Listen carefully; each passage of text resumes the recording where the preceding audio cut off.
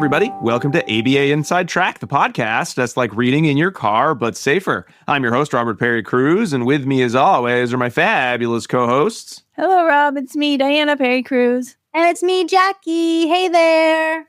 Oh, boy. Hi.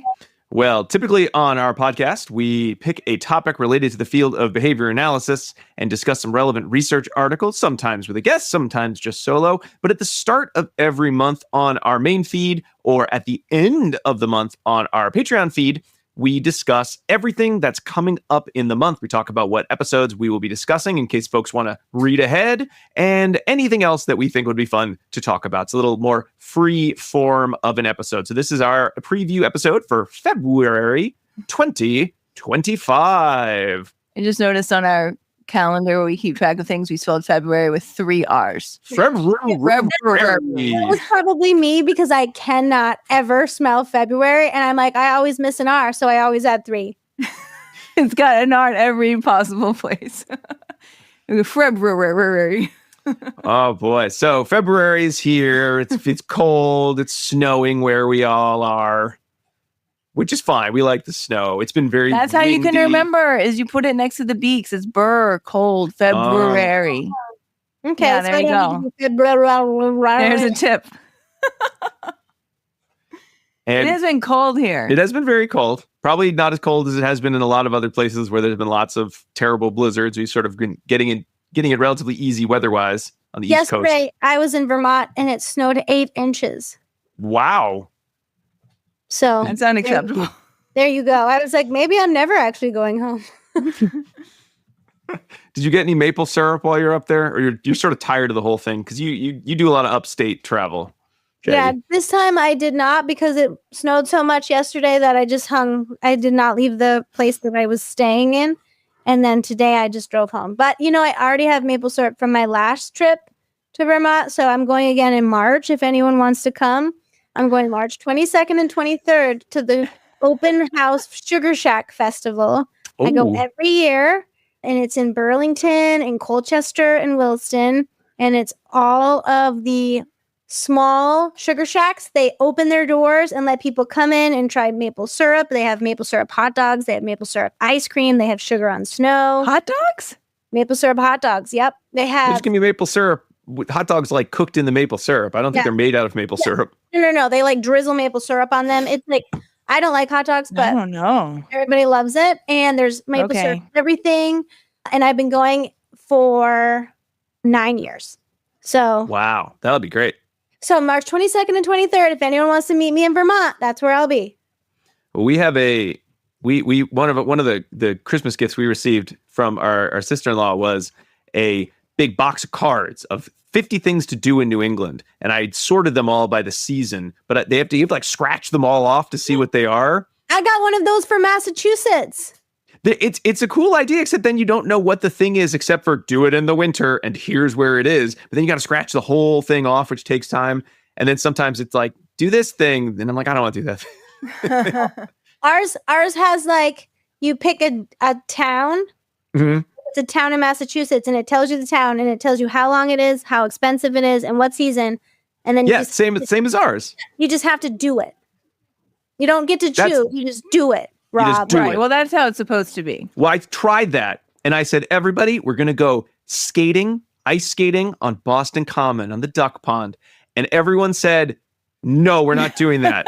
That's stupid. So it failed right away. Not me. I said, let's go. You can go right to Worcester and do it.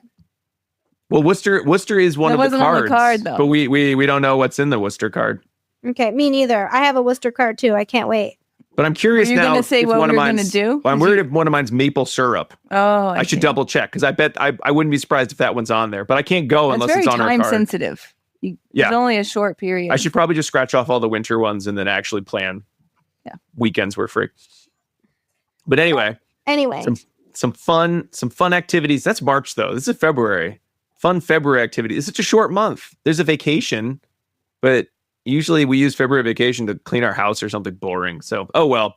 What else are we doing this month? What are we going to be doing when we're not cleaning the house or getting ready to go to Vermont for a maple festival? We're in February. In terms of podcast episodes? or life, but I figured Oh. podcast episodes, Oh, as that is okay, what the sure. purpose of this episode is All right. about. Yeah, so we have Well, here I 3 am. episodes planned to come out in the month of February. And the first one is actually the full release of our book club from last year. So if you are a patron, or you were last year, then you received access to this 2-hour book club. But if you are not, then you are going to get access to it now. So that's our first full release for February. And the book that we reviewed was Acceptance and Commitment Therapy for Behavior Analysts. That is the first edition of that, and it's published through Routledge in conjunction with ABAI. And it was written by Dixon, Hayes, and Belisle. And it came out in, I don't know the year. It was recent. It wasn't. Sorry. 2024 I don't know. book. 2023. There it is. 2023. Sorry, There we go. everyone. Yes. So we talked about that at length a while ago with, of course, book club guy, Alan Haberman. So he'll be on that episode. And now everybody can listen to that in full. So you have that to look forward to. And even if you did listen to it or if you didn't listen to it when it came out, 'cause you're like, I'm not interested in ACT, but you've been a patron, patrons get those CEs for free. So even if everyone has access to the episode, if you are a patron at the $10 and up level, you would get 2 CEs for listening for no additional charge. So there's still a value in being a patron. Oh, yeah. Even if everyone can see the club. Very good. Okay. Next up, in February, we are going to do an ethics episode. So we're going to talk about the ethics of collaboration. We have presented on this topic a few different times, but never have we presented on it to our podcast listeners. So that's going to be the plan for episode. It's actually episode 301. Look at that. We're all in the 300s. And we actually have several articles that are part of this conversation, but I'm highlighting 3 here for you today. So we're going to talk about the following: standards of interprofessional collaboration in the treatment of individuals with autism. That was by Bowman, Suarez, and Weiss, and published in Behavior Analysis and Practice 2021. Also, collaboration between behavior analysts and occupational therapists in autism service provision, Bridging the Gap, by Gazowski, Weiss, Leaf, and Leibowitz, and that was in Behavior Analysis and Practice 2021. And promoting ethical discussions and decision-making in a human service agency, by LeBlanc, Onofrio, Valentino, and Sleeper, and that was in Behavior Analysis and Practice 2020. So there we go. An ethics episode. I know sometimes people are looking for those or in need of those. And then finally, for February, we have our winter listener choice episode. So for these, we throw out a few topics. And again, our patrons vote on which one they want to listen to. And the one that won this time around was a how-to episode. So these are going to be, we're hoping maybe to make these maybe a little series where they're a little more tutorial-focused episodes on practical, clinical type of conversations. This one is on token economies and procedural integrity, how to make sure that you are building those into your organizations and have the information you need to do that well. So there are 2 articles related to this. The first is Token Economies, Evidence-Based Recommendations for Practitioners, by Deli Espinoza and Hackenberg. That was published in Behavioral Interventions 2024. And also A Practitioner's Guide to Measuring Procedural Fidelity, by Morris, Jones, and Oliveira. That was in Behavior Analysis in Practice 2024.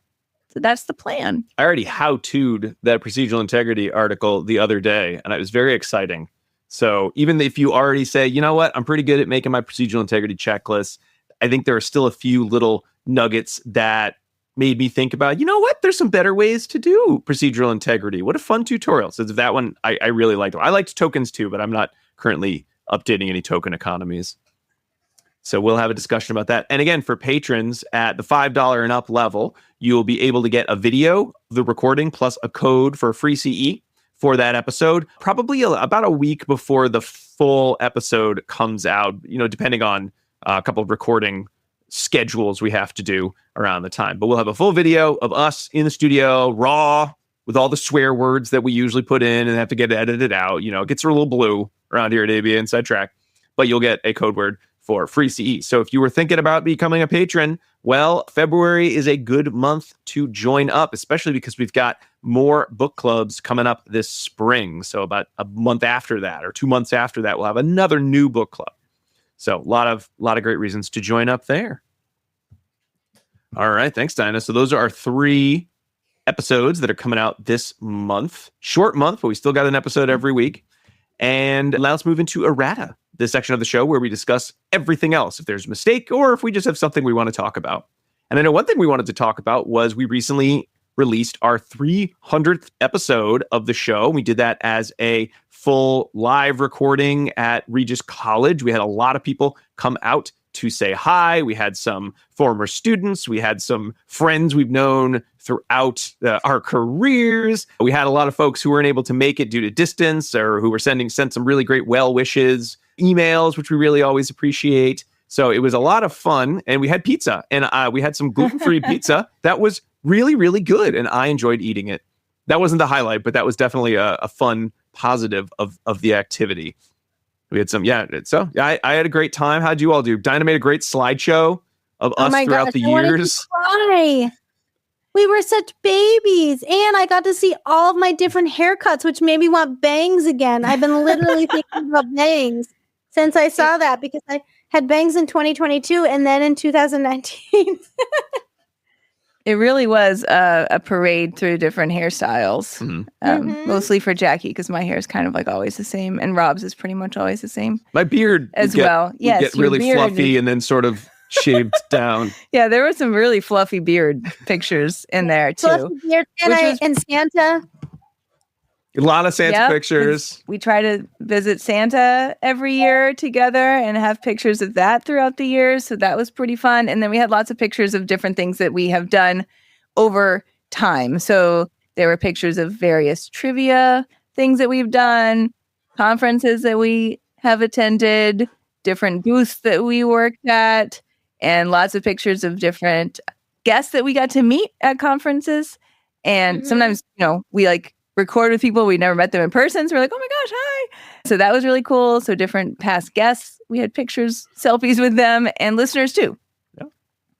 It was cool. It was really fun to put together, I will say, and made me really proud of all the work that we've done and how long we've been doing this. And like I said in the live recording, which probably you've heard by now, I guess, listeners. Yes. But we couldn't do this without you. There would have been no point in making 300 episodes if there was no one out there listening to them. So thank you so much for being our listeners and for supporting us all this time and telling other people about the show.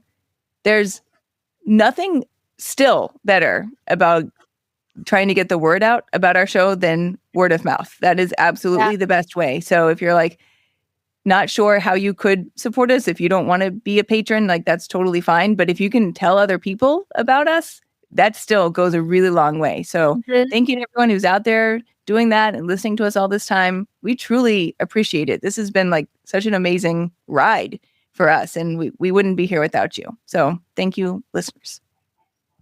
I was going to say, Diana, we should probably put that slideshow up somewhere, but realistically, we're going to be at our 10-year anniversary not too far in the future. So maybe we save those pictures. That's kind of what I was thinking. I was hoping maybe we could do something again for our 10-year.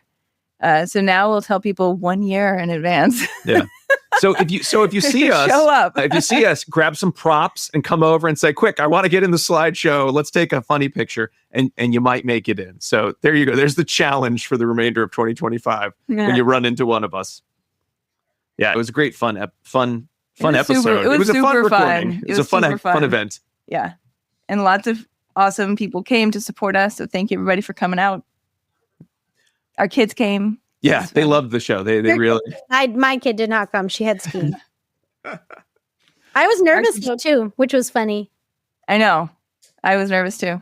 There is something very different. I think I say this anytime if you ever see us do a live recording or a conference talk. There's a huge difference between we're going to talk about our episode in our studio versus in front of a bunch of people, because so many of the things we sort of count on just aren't there.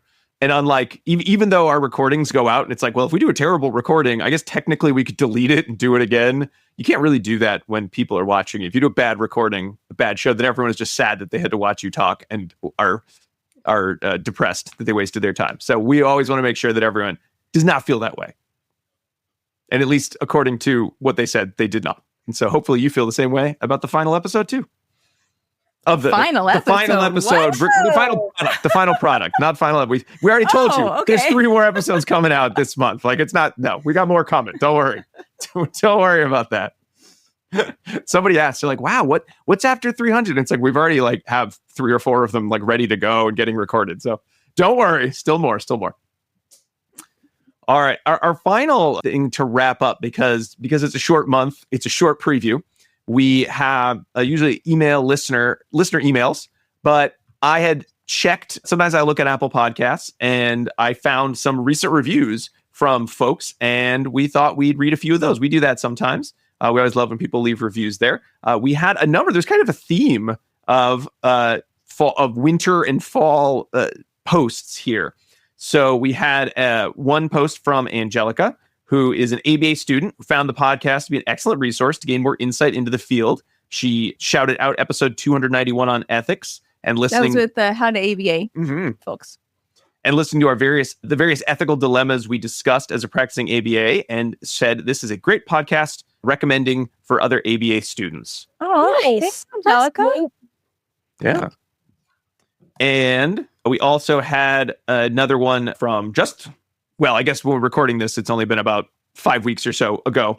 But this is from Sierra, who is talking about shouting out our episode about pica and how great it was to listen to studies on how to extinguish the behavior. I can't remember. That's an older episode. I can't remember how much extinction specifically we talked about versus just decreasing pica. But that was a lot of competing options in that episode, as I recall. Yeah. And competing items. Sorry. Yeah. And then Sierra points out how she appreciated how the episode really made her kind of reflect on making sure that there is not a medical reason for any behavior before going on to just behavioral treatment, which is always a good reminder. I know that's something that even after all these years, I find myself sometimes being like, we're getting right into the behavioral treatment. And then I got to slow my roll and say, wait a minute, could this be, I remember for both that episode and then episode 44, which is on our first episode on feeding, we have had people write in to be like, wow, you guys were really serious in both of these episodes on making sure that you're operating within your scope of competence and ensuring that you have like medical backup and rationale for intervention, et cetera. And I stand by that. In both of those episodes, it's just really, really serious what you're working with there. So pica is a very dangerous behavior. Feeding is an incredibly complex behavior that really should have an entire team looking at it. And in both of those, I say, as a behavior analyst, you would want to proceed with caution only once everything else has been ruled out and it is really clear that this is the right intervention to go with. So if anyone heads back to the annals to look at those episodes, I stand by those statements. Mm-hmm. I do too. Well, and thanks for writing in. And folks, thanks for leaving reviews. We always appreciate people leave us reviews on Apple Podcasts or wherever you can leave a review. We love emails too. abainsidetrack@gmail.com, or comments directly on the website are always great. But certainly reviews are on YouTube too. Yeah, YouTube too. But anywhere you can leave us feedback or notes is always great. And certainly we love hearing from students. Certainly the content that we're discussing is meant for practitioners, but it is always nice to know that students who are often, who are newer to the field, who are still in the habit of reading articles, are sort of continuing to possibly read articles either that haven't been assigned to them or that are part of their learning process, and kind of getting in that habit and then keeping that habit going. Because that was one of the main reasons we started the show, is how easy can we make it for folks, or how little response effort can we make it so that everyone can continue to contact the literature in whatever way they can. Because we know not everyone can just sit down and say, I'm going to read this many articles on this topic this week. It's not possible for everyone to always do that. So we're glad that we can fill in any gaps you have when you just want to kind of catch up real fast and just don't have the time in your life to do some of that piece. That sounds great. Yeah. Well, that's it for our preview. We'll be back next week with the first of our February episode, our ACT Book Club. Don't forget, you can always subscribe to the show wherever you like to listen to podcasts, as well as subscribe on patreon.com/ABA Inside Track. If you want to get some CEs at no additional charge, this month's a great month to join because you have that book club, as well as our winter listener choice. And we'll be back next week with the first of those episodes. But until then, keep responding. Bye. Bye.